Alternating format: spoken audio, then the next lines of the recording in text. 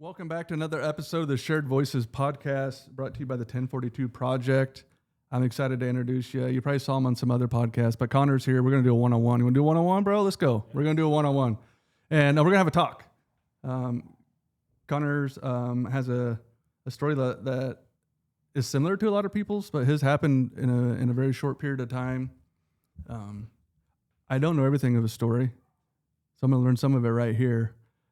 But I am so proud of you for having the courage to come on here and share your story. I think you sharing your story is going to unlock somebody else's healing, right? That's why we share it, right? And that's what's cool is when we start to share these things that we held in as a secret, that we held for shame. I think they need, first responders need other first responders being willing to stand up and say and verbalize what we're about to talk about, the ugly parts. Because they're there. We can either address them or we can keep hiding from them. I don't know about you. I'm tired of watching first responders kill themselves. I'm tired of watching families destroyed. I'm tired of watching children going through divorces and marriages and homes being destroyed. I'm tired of addictions. I'm tired of us first responders eating each other up and not having grace for each other. I'm tired of it because it held me back so many years to get help. And I'm sure it held you back a little bit, but you had the courage to reach out for help. So I'll just dive into a little bit of your story, and let's just kind of set the tone here. Tell us a little bit about you and how you went from Kansas to now you're in Iowa talking on a podcast. Because I doubt when you started your police career, when they pinned your badge on, you're like, I hope in a few years I'm on a podcast talking about the trauma I went through and how I about lost it all. Yeah. So I started, I went to the Marine Corps right out of high school, and I did that. And then once I got done there, went into law enforcement in Olathe in Kansas. I like how he says he did that. Like, I was in the Marines, like I did that. Like, I visited that place. It was cool. Like, you're the freaking Marines, man. That's awesome. It was its own unique challenge, and one thing I'll say is that everything I've done in life has had a hidden meaning. There's a lot that's happened to me that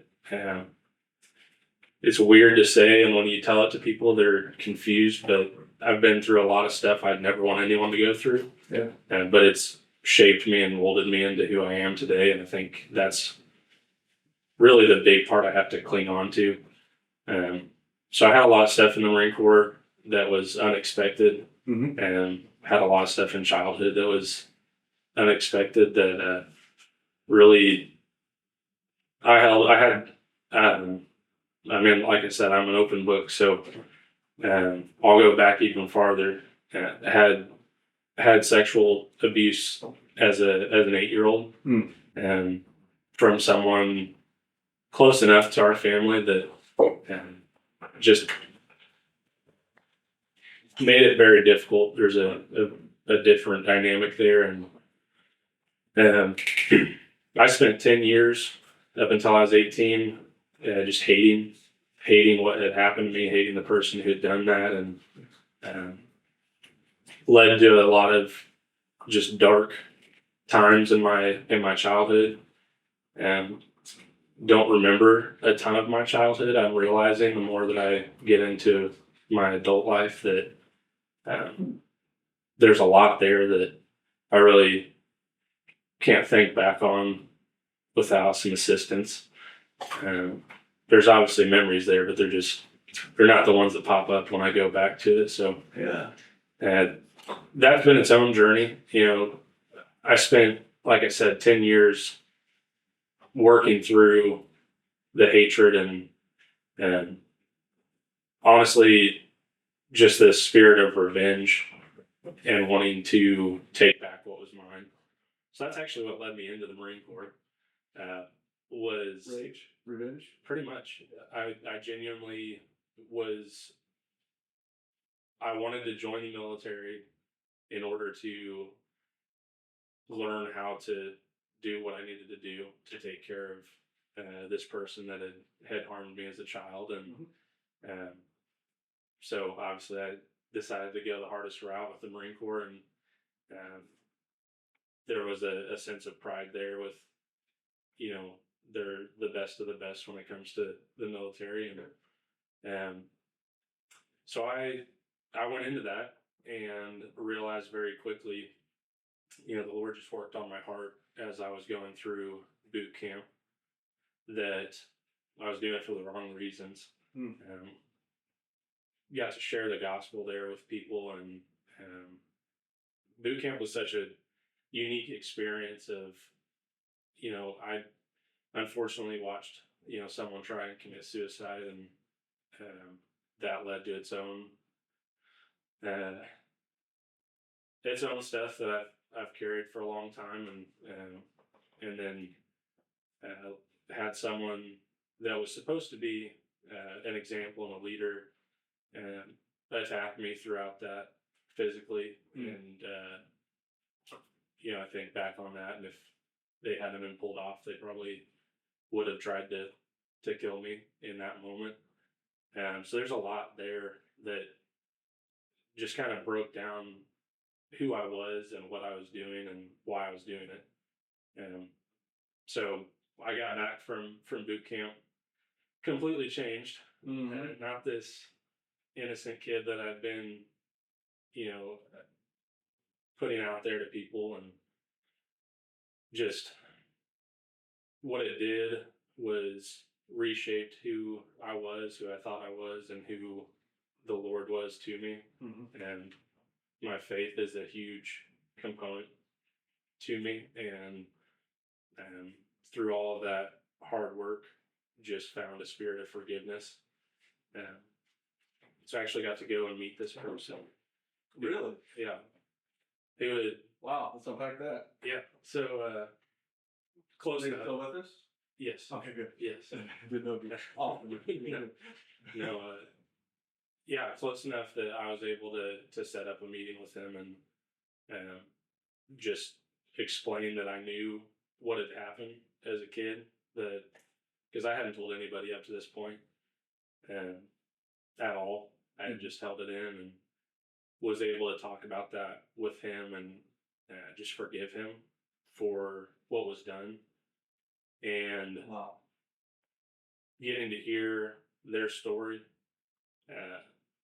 of their struggles with that, and not knowing whether I could remember, and all of the second guessing that had gone on in their head and self-destructive behaviors and attempts on their own life and different things because of it, and seeing the change in that person even till now, being able to see that has been just an incredible, it's a God thing. Absolutely. 100%. You were able to forgive him. Yeah, I wasn't. Yeah. It's through me that God allowed it. But I don't have any explanation when people ask me, other than God gave me the ultimate forgiveness and grace, and how many things that I've done and continue to do, and that He's able to forgive me, what's stopping me. So, dude, that said a lot about your character right there. Seriously. I just learned a lot about you. You're stand up dude, man. Thank you. That's wow. So then you go from Marines to, how the heck do you end up in uniform? Yeah, so being a police officer. When I was 14, my brother went in to a neighboring city that I ended up starting with, and it was always one of those jobs. I had a lot of people in my life that were law enforcement that I respected, that I looked up to as a kid, but I never knew how to get there. It's that mystical job that you just don't know the process. And so once my brother did it, it's like, okay, it can't be. You can do it anybody. But we were homeschooled. There was a certain level of what is the process for a homeschooler to get into that kind of work? Same thing with the Marine Corps, having to come up with all of these things that we might not have had, and so once he did that, I was pretty sure that's the route I wanted to go. So I started there. Let's see, I would have turned 21 in December of 21, and then started let's see, started in March of,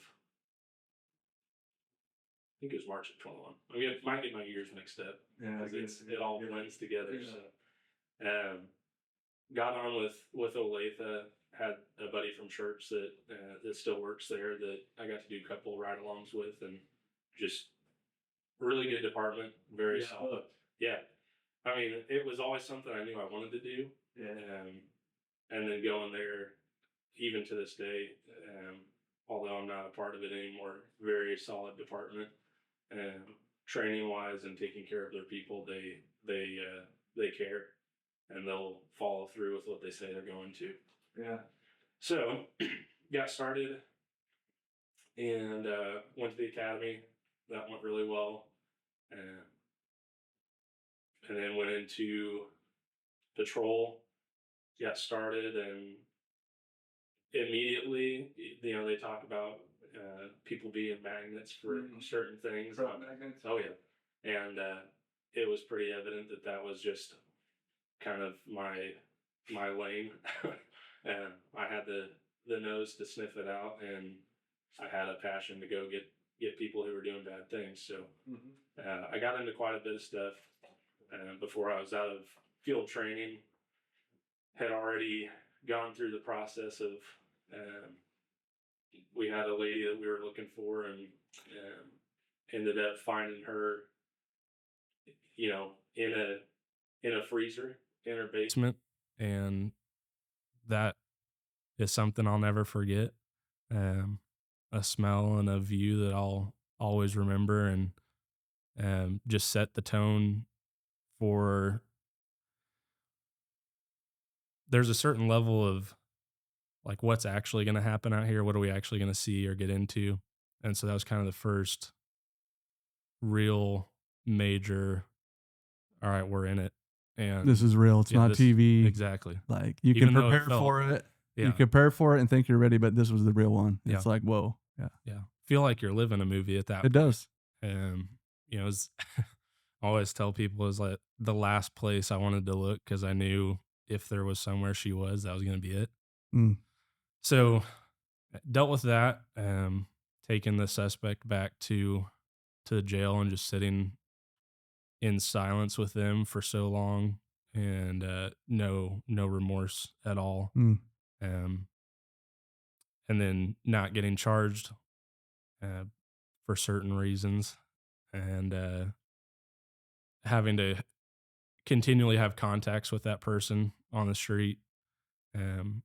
Made it my life goal to arrest that person as many times as I could, and I got like 4 or 5, so I was pretty happy with that. Hey, man, if they're breaking the law, they're breaking the law. Exactly. If we just happen to be there every time, I don't tell you. Yeah. But yeah, I mean, I just had that, and then once I got out on my own, really, like, I wanted to go and get bad people off the street. I was a big warrants guy. I wasn't on any specialized unit for it or anything, but that was, it was like easy pickings. It's like, Yeah. I know where you're at, and if I don't, I'm going to figure it out. Yeah. And so I'd go pick up quite a few of those. I think my last year I had like 96 arrests, and about 70% of them were 1099 guys with felonies, and it was a good time. But through that, I got into a lot. I saw a lot. Had a lot of kind of once in career calls that, you get back to the station and your sergeant's patting you on the back like, man, I've never seen that before. And in the moment, there's this culture of like, yes, like I check that off my bingo card for this career. And the more I got into it, the more I realized like that's not something that I was super proud of. Mm-hmm. Like I was proud of the work I did, but what came along with it was just really starting to wear on me. Dealt with some back-to-back high schoolers that were killed on the highway. Mm. One both trying to kill themselves, but uh, one running across trying to get hit, and dealing with the aftermath of that on a quarter mile long scene, Mm. and then one the next week jumping off of a bridge, and um, that was my first death notification that I gave to his family. Those are so hard. They are, and it was a local officer's son, Oh, geez. um, who had actually heard it on the radio, and I guess was concerned enough about where his son was at mentally that he had already started making his way home. So met him, and there's just so many of those, like when people talk about the scream of a mother, and the just the passion that was felt there.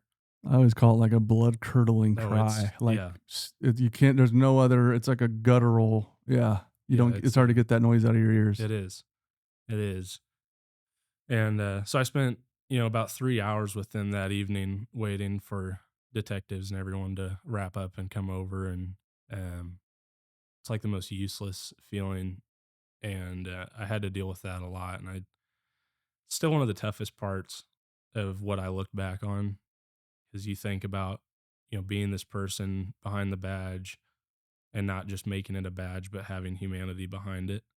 And that was the one moment that I felt like I didn't have anything to offer. And they had another child who had had cancer his whole life and had been fighting that, and it was just uh, it was a tough scene to be a part of. And um, but I moved on, and well, I didn't, but I told myself We tell ourselves. Yeah, we tell you. exactly. Yeah, we moved on. We got it whipped. And I didn't realize how much weight that had until I was just driving the streets on a midnight patrol, and I don't think I'd ever really thought about where their house was, but I turned on that street and immediately just felt the Mm. weight of a 2-month-old call come right back. And so that's kind of what started opening my mind and eyes up to, like, okay, this stuff I'm seeing is not the normal stuff that people, regular everyday people deal with. Obviously, cops and firefighters are a different story, but But you're new and young, so are you feeling like I can't? I just got to keep going and toughen through it because everybody else is fine. Because I know for yeah, me, when you're the young one, you kind of just keep your mouth shut, right? And you kind of mock what everybody else. You not mock. You mirror what everybody else is doing. Like, yeah. And I mean, there's this level, the Marine Corps, like, I think that was also kind of the same time where I realized how much they'd really changed my thought process. mm, They talk about breaking you down, building you back up into what they want you to be. mm-hmm, But that was kind of the first time that I realized, like, I was emotionally detached from things when I needed to be. mm-hmm. Um, because there you're taught to, if you lose the guy next to you, you got to keep moving because the mission's in front of you. And so there was a level of, like, I just got to bottle it up. And I did that for 10 years with my childhood stuff. And so there was a level of just, all right, I know the process, even though I knew the harm that holding it in for 10 years will do. Yeah. But there's just this repetition and muscle memory to, okay, let's shove it down, start the next shift, and you know time heals all wounds, right? Yep. It'll No, go it away. doesn't. No, it doesn't at all. Just pour booze on it. That's what I did. That helps a lot. Yeah, Not. yeah. Yeah. I am thankful that that was not a vice for me, but mine was go get into stuff that's twice as dangerous. Hmm. And I think it was about the time that I started really putting myself in some precarious spots, and so I started kind of giving some thought to getting help. And then I don't know how much longer it was. Um, Ended up getting into an officer involved shooting. Um, that was just a crazy.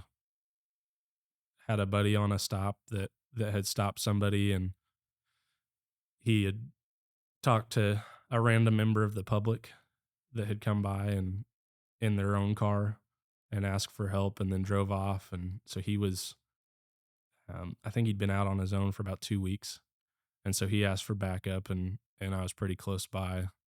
Um, so once I was pulling up, that citizen returned to the scene and ended up getting out getting out of his car with a knife and coming at both of us. And Mm. um so we both, you know, it all leads into a lot of stuff, but I when I got put on administrative leave, I I was helping out detectives with reports and organization, and as a curious mind, I went back and read those reports, and because I had never seen them yet, and just they broke it down because I had no clue still on what the timeline was, but from the time that I got out of my car to firing my weapon was 4 seconds.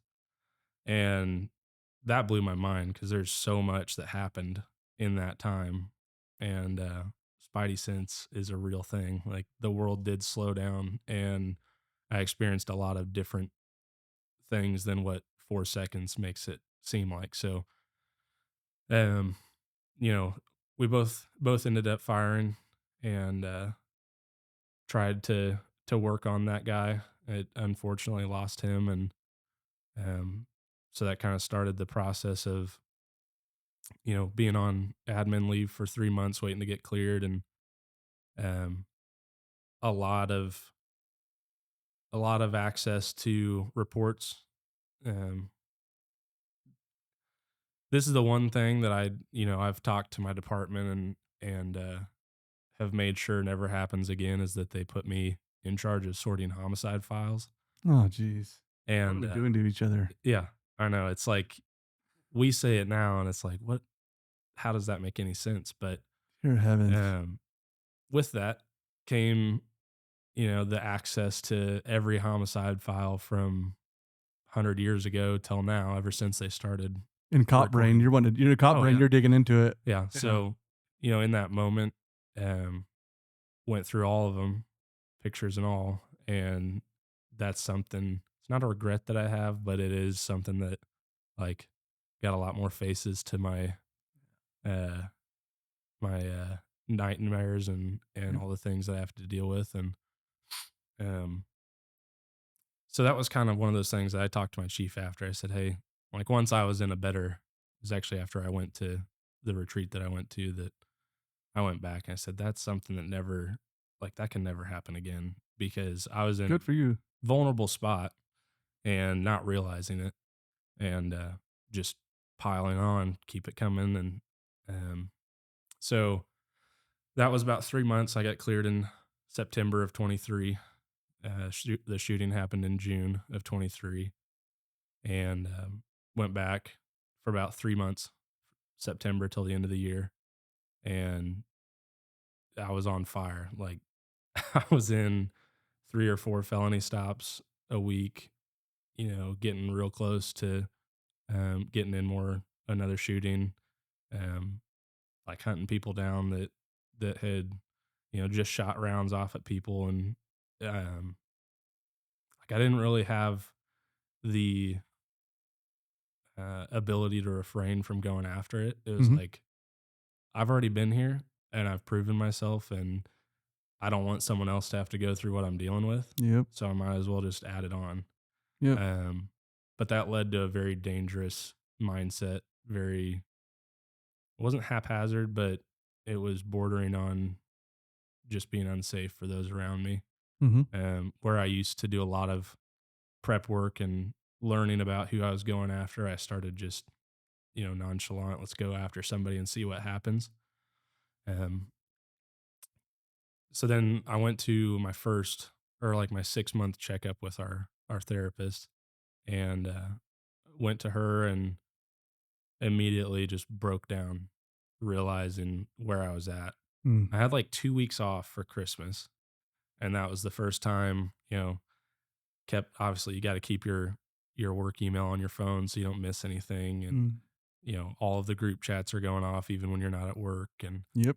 that 2 weeks was the first time in my career that I had ever, like, I just shut everything off, because I knew I wasn't in state. I wasn't anywhere that I could help anything that went on. I wasn't going to come in on an extra shift if they needed it. So I turned it all off. And it was the first time that I realized, like, man, there is a huge weight on my shoulders and mind, and this is the first time I feel like I've been able to relax on a Mm. weekend. Um, so we just that was kind of the start to feeling like, okay, I'm not normal, I'm not doing well. I need to go talk to somebody. And then I had my 6-month appointment post shooting, and that led to going to this retreat that we were talking about earlier, WCPR. Um, Thankfully, was only like a month away, and just led to an entire new process of healing. And um, yeah, so it was. And you're married at this time, right? Yeah, so I've been married for 6 years. So um, got married while I was still in the Marine Corps, and Okay. then so So your wife's been with you through all this. hmm Kiddos? we've got one. Yeah, so we actually she's about 16 months old, and I all of this was happening about the time she was being born, so I got to spend the first 8 months at home with her, which was That's a blessing. huge Yeah. blessing. Yeah. That's when the babies bond with us the most. It's most important for you to be there as dad. So that was a blessing. Oh yeah. Yeah. And then so a kid comes into this world, and you're already struggling at this point. Are you talking to your wife about that? Are you talking to anybody at this point? So uh, I have this I have this issue that I'm still to this day working through. Of my wife is extremely strong. She can take a lot more than I've ever given her, and that's the tough part, is that I want to protect her. um I don't go into a lot of detail with certain things. How's um that working out? we have a balance that it took us a while to figure out really what that looked like, what our conversation looked like. A big issue that I mean, I still deal with it, is just short-term memory loss. And Yes. so that was a big thing. She would think that I wasn't listening to her, Yeah. and it's like I just forgot. Like, I don't even remember that conversation. Yeah. My head's somewhere else. My sleep was terrible. Like, I was, you know, I'm on medication now, which has helped a lot, Me but too. and that's its own stigma. Like, Yeah. I was the last person that I ever thought would get on medication, but I've seen the difference on it and off, and then now back on. Yeah. And also, don't cut cold turkey. It's a bad idea. Never. Yeah, that's a bad idea. Your brain goes into like these brain zaps. Like Yeah. every once in a while. It's weird. Don't ever do it. They say Yeah. you can actually like really hurt yourself Yeah. by getting off those medicines. Yeah. So through that, like, we kind of built this process of how we talk to each other, and really it's just her having a ton of grace for me, and not getting upset when I forget something, or just completely don't even hear her talking. And just understanding, like, my brain has a lot going on, and Yeah. there's a lot up there that she can't see. And so that's where we're kind of at with that. But there's still a level of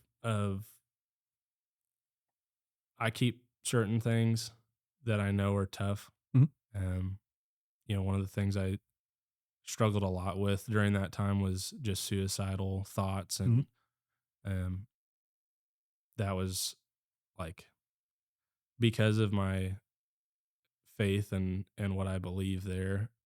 I don't believe in suicide as a Mhm. way out, but I was still having the thoughts of it. And Yeah. so it was this internal battle I was already having with myself, of how do I go about, telling someone I love that I've been thinking, every day about killing myself, and how to do it. Especially your wife. Exactly. Yeah, it's the hardest. Yeah. Yeah. It's like, she's not going to want to leave me at the house alone. Yeah. And realistically, it probably would have been a good thing to have told her, but there was, like, I don't know if it was shame or just trying to be super protective of her, and her view of how things were going in my journey to, trying to get back to this new normal that I had. And so I just kind of kept that, buried down. And the retreat was the first time that I had ever opened up about that. Thought I was the only person, We all do. who had ever dealt with it. And so I started talking about it the first night I was there. And then they asked, hey, everyone in this room who's ever had that, raise your hand. And there was every single person. Yeah. And so that was my first, like, okay, I can trust the people here, and they know what I'm going through. And um, it scared me more than anything. The same thing, like when I was talking about the thoughts I was having towards this person who had abused me as a Mhm. kid.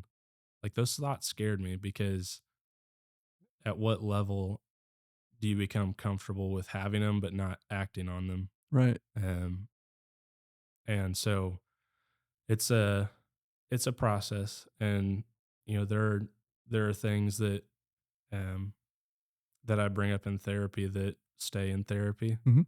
Um, but I've tried to open up a lot more, and we have good conversation, my wife and I, but she's very patient and gracious to give me time and space and work through it. So We put our families through a lot, don't we? yeah, We put our families through a lot, and sometimes we dump it on the ones that are closest to us. I know I put my ex-wife through a lot, stuff she didn't deserve, because for whatever reason, it's like we take it out on the people closest to us and not on the the people that should.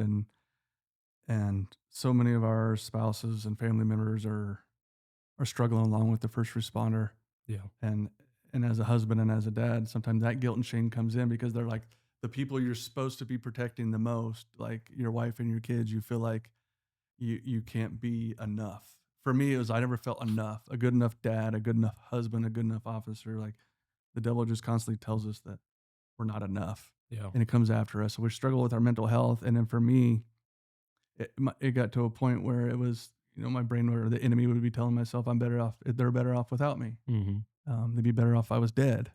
And you start to believe those thoughts. I mean, I went out and bought accidental death insurance just because I knew I was going to kill myself in a car. Like we start to do these things that that gets ugly, man. And hearing your story from somebody your age and what you have gone through is is into where you are now, is it's inspiring, because you had two paths you could have taken. And I know how hard it is to go down the healing path, because sometimes staying on the hurt path sometimes is easier because we get used to it there. Mm-hmm. We're used to being numb. We're used to being full of anger and hate. We can deal with that. Sometimes when the emotions come in, like love and compassion, sometimes we don't know what to do with that Yeah, because we're not used to it. So Yeah. sometimes our loved ones can try to love us well, but because we're hated, we feel like we're hated by everybody else in the world, because you deal with people that hate you every day. It's hard to feel that love. And for me, when you go to numb your emotions, like for me, it was hydrocodone pills and alcohol and other things. Like when I'm losing my train of thought here, as soon as I start to talk about the things I've gone through. But help me out. Where was I at? just talking about like the different paths that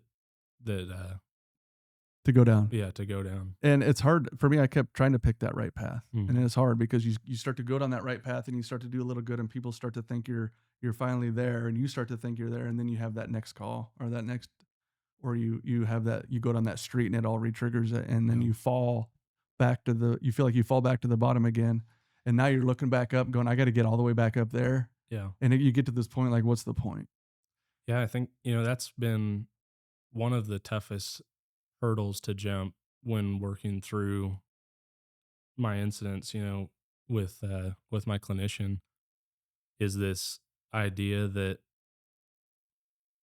because I have this history of, just shoving it, bottling it up, keeping it quiet and moving on and trying to work away from that, but there's still this battle between, okay, this stuff that, I've forgiven this person who wronged me as a child and I've moved on from it, but that's what I'm working through now, is just all of that, and going back and experiencing it again. Mm, The first few times was like, what am I doing? Like, am I making it worse on myself to go back and reopen these wounds that I would have considered healed, mm-hmm.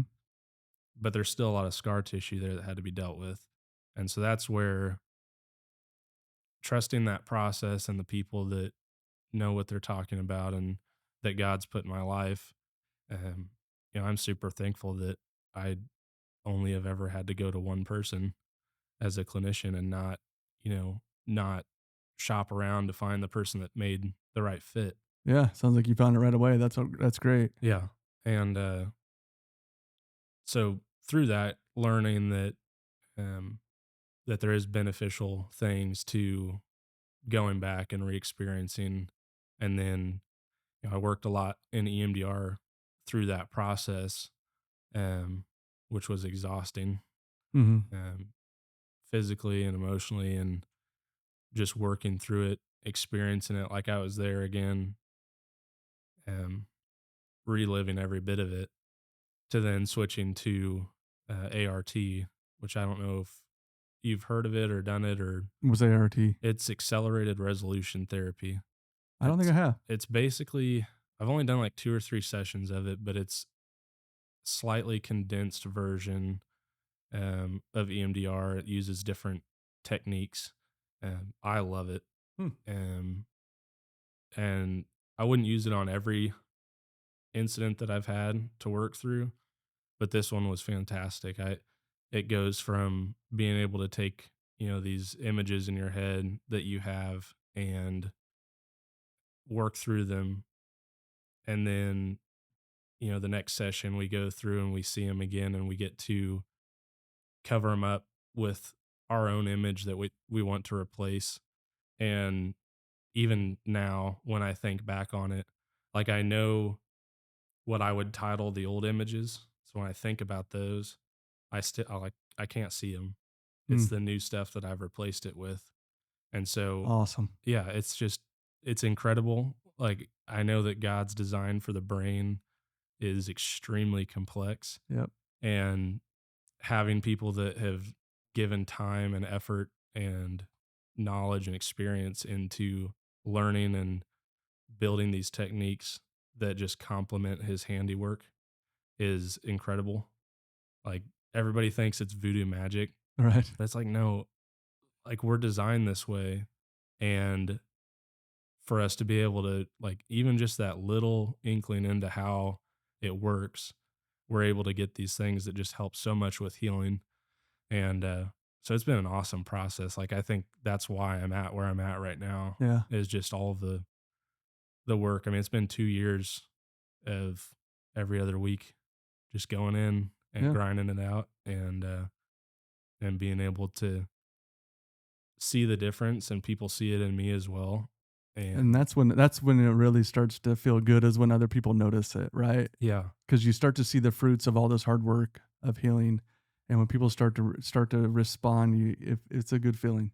yeah, and that's where that fire of helping others starts to really kindle, because it's like, when you're hurting and feel like you got a mountaintop you got to climb, there's not a lot to give, even though that's who we are as first responders. But once you finally get over that hump, and it's not to say there aren't more peaks to climb later, Mm-hmm. but you start to get that refreshing feeling again. And it's like, all right, let's go do this. Let's go help. And that's why I love giving of my time to that retreat that I went to. Mm-hmm. Um, like, I have not been to one that I didn't get to see an awesome change in somebody Isn't and that cool? continue to see it. And it's like the most rewarding thing.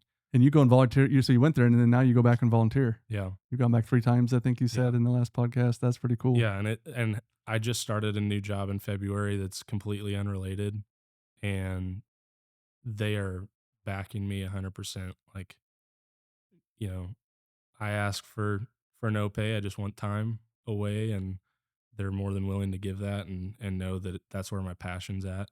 Wow, what a So, blessing. yeah, it is. It's a Do you huge see blessing. yourself sometime maybe in life doing this full time, helping people?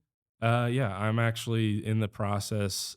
I haven't done a ton of work into it, but um, need to get going back to school.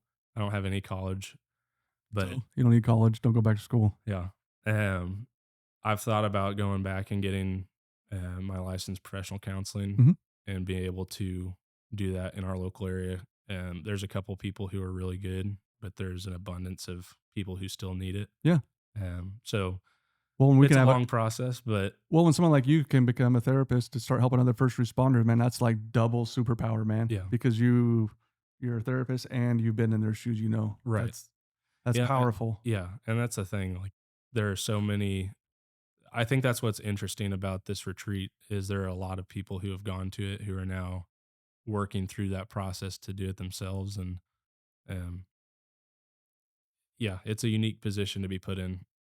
And again, I think I said it earlier, but that's where I'm appreciative of each thing that's happened because it'll lead me to a different path than I could have ever made on my own. Yeah.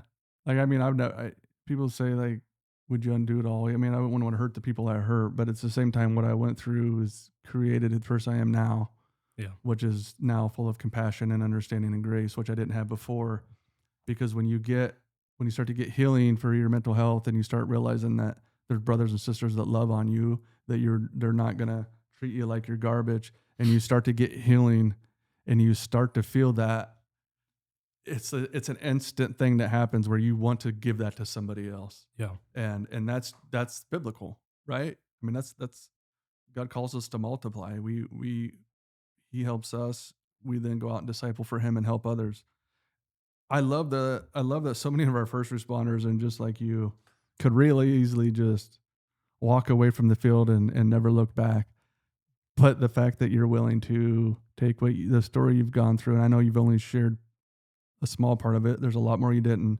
Um, to be able to take all of that and Yeah. It's tough. I mean, even to this day, I wish I was still out there. yeah, Like, that's where I want to be, but I know it's not good for me. mm-hmm, Like, I've been able to thankfully have the people around me and in my circle to figure out that if I was to continue down that path, it was not a healthy one. And yeah, I mean, my heart's still there and I still have the skill set. And it's unfortunate that the things that happened did and at the time they did, but it's opened all these doors that mm-hmm, have allowed me to meet people like you, meet people from all over the United States, um, that I'm still in contact with and still making a difference in their life that honestly to me has more of an impact than I ever did on the street. So yeah, it's it's a way to reframe it and I am all here for it. dude, that's pretty cool. Yeah. Because you and I looking at each other right now, neither one of us should be here. Yeah. I should have been dead a long time ago. I've tried several times. Um, you've tried. You've thought about it. Yeah. Thought Um, about it for sure. yeah, I've got 5 kids altogether, and sometimes even when you have kids, sometimes that's not even enough to make you not want to end your life because in a way we're telling ourselves we're helping our kids by doing it. Mm-hmm. And I'm so glad you are here. So glad that your wife still has a husband, that your child still has a dad. I know every day is not a breeze. It's not like you get mental health, you get better with your mental health, and all of a sudden you check that box and now Yeah. it's all roses. It's not. It's an up and down. Yeah. But what you're doing by the way you're healing is showing your family, your wife, and it'll show your kid. You have one or two. One. Okay, I don't know if you have more. It'll teach your child and it'll teach other kids how to recover from trauma, how to cope with trauma, how to deal with hard things, Yeah. how we talk about our feelings, how it's okay to open up about the thoughts that are inside our head to somebody else. Because as dads and moms, as we do that, our kids are watching. And I learned that when I caused my kids a lot of pain, but I learned that me working to get sober and to do all that um, impacted my kids because I know and I hope that when they have times in their life that they can realize, I hope that they realize, and I think they do, that they don't have to hold in those thoughts. If you're having thoughts of harming yourself or you're having thoughts of any of those things that just get ugly in our life, I want my kids to walk that out in a healthy way. And I think the best way we can do that is by showing them as dads, as husbands. So it's Yeah. pretty amazing. Yeah. It's, I'm thankful that I just had a little baby at that point. Mm-hmm. But I have 9 nieces and nephews and they're old enough to understand. And that's honestly something I'm still trying to navigate. Like, I know kids are extremely forgiving and they understand more than you give them credit for. Um, but it's tough to navigate. You know, they all knew I was a cop, Mm-hmm. and I don't know how many of them know I'm not anymore. You know, I'm sure the older ones have kind of figured out that's not what I'm doing, but I don't know if any of them know why. Or That's hard, isn't it? it is. It Because it's is. hard explaining to people why you're not in it anymore. It feels shameful. You feel weak. It's so hard. You feel like that's your identity. Now it's gone. Right. Who are you now? Yeah, and I tried to make such a point to not make it my identity. You know, Mhm. like I did not hang out with people outside of work Good for you. on the weekends because, I'd had people for, my whole life tell me like, when you get into that job, don't do that. Yeah. They're not your family. Yeah. Like you need to have separation from it. Mm-hmm. And so having that, came with its positives and its negatives, but um it made it easier to, like, I had a great support group outside of work, which was the plus. But yeah, then you realize, oh wow, like there was quite a bit of myself that was in that job, Mm. and just perspective. Yeah. So But what I had to learn was our identities aren't our badge. Once I gave my life to Christ and started learning that our identities are in Him. mm-hmm. When we think about our self-worth comes from Him, and that's who we need to be balancing it off of. Yeah. Our identity comes from Him. Our identity, anything outside of that, where if we're not getting it from Him, we're chasing something that's unhealthy. Yeah. But those unhealthy ways sometimes is the easiest way, because booze works, sex works. I mean, all this stuff that we use to numb our pain can work for the moment, but then Yeah. you pay for it in the long run. Well, yeah, and I think,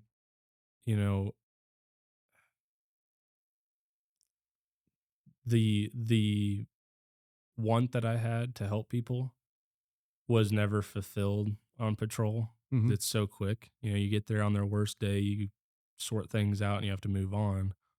And I think that's been one of the coolest changes, is that, like, this gospel truth that I want to proclaim and the love of Christ that I want to show, being in the position that I was put in, and now having walked the path that I have, and now getting to go back, I'm now able to be in this person's worst day, Mm.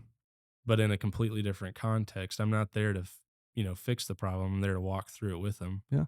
And I've been able to share the gospel more at these retreats that I go back to Yep. than I ever get the opportunity on a call for service. Yep. And again, that's where it sucks to have had to go through what I did to get to that point, but I wouldn't give it up for anything. Yeah. And it's made it who you are, and the things you went through as a child, the things you went through in your career, and especially as a child, God did not want that to happen to you. Mm-hmm. He did not want that to happen to you. Some people try to say, oh, God did not want that to happen to you. But because God does give human beings free will, and we are very hurt people, Yeah. we are ugly to each other. Because God gives us free will. If He doesn't give us free will, we're programmed robots, and that's not love. So with love comes free will, and we do things that are just ugly to each other. Yeah. Well, I mean, we live in a sinful world and sinful creatures until He's regenerated us, and yeah, it's the world we're in. For me, is when I was rock bottom, I realized that that's a pretty good foundation to start building on. I mean, when Jesus is all I had, I realized that's all I needed. Mm-hmm. I lost the house, I lost my faith, I lost it all, and I hate the pain I caused to my family. But I am glad that I'm here today and that I was able to get through that. Yeah. Because I was very lost, like you. Yeah. And Well, it's like you said earlier. It shows those who are around you who you are and what you can go through, and if you make it your goal to continually point that back to, it's all because of God and what He's done in us. Like, that's, talk about a light shining. Mhm. That is the brightest thing out there. Yep. So Yeah. Because I didn't, it's amazing how God can use our pain for purpose. mm-hmm. It blows my mind sometimes that the things I hid from all those years, all the guilt and shame, the addictions, all those things are now what makes me unique and allowed to walk alongside other people. It feels weird that the bad things we did are now, you know what I mean? But God does that. That's what He does. Well, yeah. And, that's why I believe in being so open about everything that has happened, because you know, if I would have had somebody when I was growing up that talked about, abuse as a kid that happened to them, yeah, I never heard of that.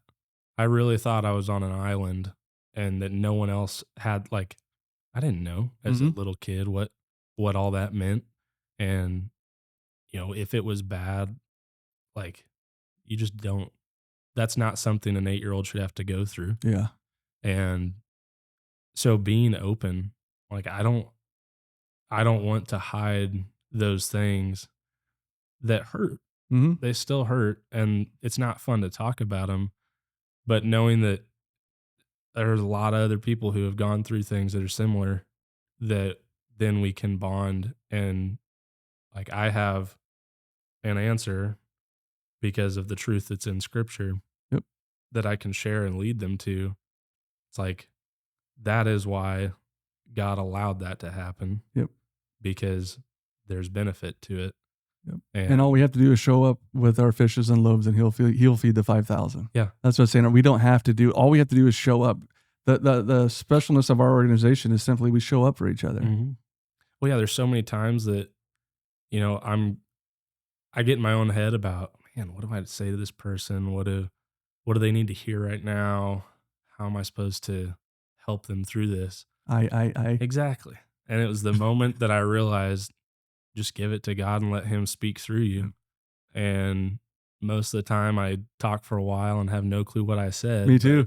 Then I go back and either talk to him or listen to it, and I'm like, oh, Yeah, that's made some good points there. Yeah, Oh, it's really like- good. Yeah. he really did, bring forth what needed to be heard, and helped that person in some way. That's pretty cool. And I broke these out earlier. I use these a lot when I talk to people. These they call them Russian nesting dolls. I call them action figures. Yeah. But to go back to your childhood and kind of what we talked about, right? A lot of times we're all trying to address this person, the big doll or action figure, and trying to get this one to change. And this is what I was trying to do. I was trying to cover paint all over this, make it look better, try to cover it all up. But what I didn't realize is I had to start opening, God showed me this in prayer one day, is I had to start opening these up and unpacking all these other action figures or dolls inside this, because 5-year-old Daniel was still dealing with abandonedness and some other things that happened in my past. At this age, I dealt with this. There's all these things in my life of abandonment and other issues that had changed me that I had no idea. Mm-hmm. And we can't just go and start from here. Yeah. We have to unpack this. Right. We have to, and we have to we have to do it in a safe way. And there's a safe way to do that, and that's to like our organization. It's sitting down with somebody who you trust and talking about these things and putting truth to them, because we take on our identities when we go through trauma, when things are done to us. We take on these identities and we hold those throughout our whole life. And if we can speak truth to that moment in your life and make you understand that you as a kid didn't deserve that, you did nothing wrong to deserve that. God didn't want that to happen to you. When we can go back and address what happened here and put some truth to it, you did nothing wrong. Because a lot of times you hold guilt and shame of like, what, maybe I shouldn't. You did nothing wrong. Yeah. We had to go back and get help as we get help for that, that unlocks healing through our whole life. Absolutely. Because our it's changed now. This has been addressed. Yeah. And now it unlocks, you have a clear path to start addressing this one. Would you say that's accurate with you? Oh yeah. I mean, when I look back at my 8-year-old trauma, like, I wanted to put it away and just be done with it. But there's so much there, like, that I've learned from going through it. Like, the fact that's probably why I'm the level of protective person that I am, is because I see this younger version of myself that has to be protected, that wasn't. And being able to figure out, like, is that why I am who I am today in the way that I protect my wife from some stuff that I tell her? Is that the reason that I had such a passion to go and hunt these bad people down? And it makes more sense to me that is, because in that moment I had, just innocence. I mean, I was sinful, but I was an 8-year-old kid. Yeah. And so figuring out, like, all this time, what I really wish had happened was that I had someone there in that moment to stop it from happening. Mhm. And it's built me into what I am. Mm. And each of those things layers into the next. And that's, why some of the stuff in the Marine Corps has, I think because of that, and where my mind was at, even being molded and, you know, growing, Yeah.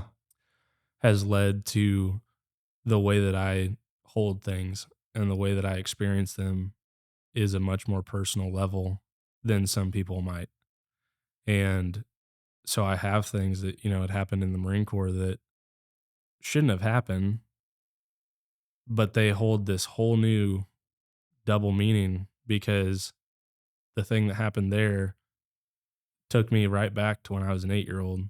Yep. Yep. And like I feel the weight of both now in each other. Like Yep. I see them both now simultaneously. And so being able to deal with that has allowed me the process. I mean, it's still a long process Mm-hmm.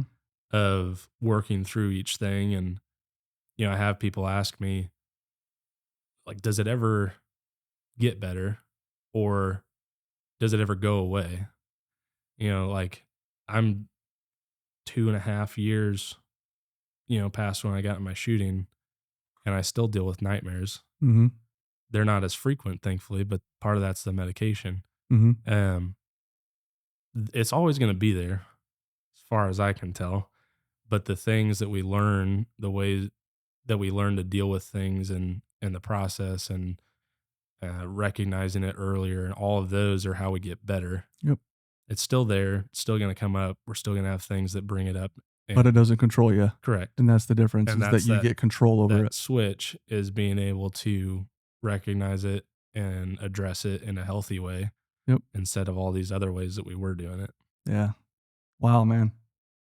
You're a miracle. I'm glad you're here. I know I said it before, but I'm glad you're still alive and with us, because I know God's got plans for you that you don't even know yet. The fact that you're willing to share your story and be a disciple for Him is amazing. I thank you for that. I know that's not easy. I know it gets a little easier over time, but it's hard, especially at the beginning. Thank you for being there for them. Yeah. We're going to have you on more podcasts in the future. If you're all right with that, we can do it over line or we'll get you back up here. But man, I'm glad we met. Yeah, I am too. And I'm glad that you're here today, and I'm glad that you're the man you are. Thank you. And I know right now that heaven is dancing because you sought your Heavenly Father, and you got reminded of who you are. Yeah. Because you were made on purpose for a purpose, and you were sent here on a purpose. Yep. And it wasn't to be a badge, it's to help people and to be His hands and feet. And you do that well, my friend. Thank you. Absolutely. Thank your wife for letting you come up here, and I know you're away from your family. Thank you for sharing that. Wow.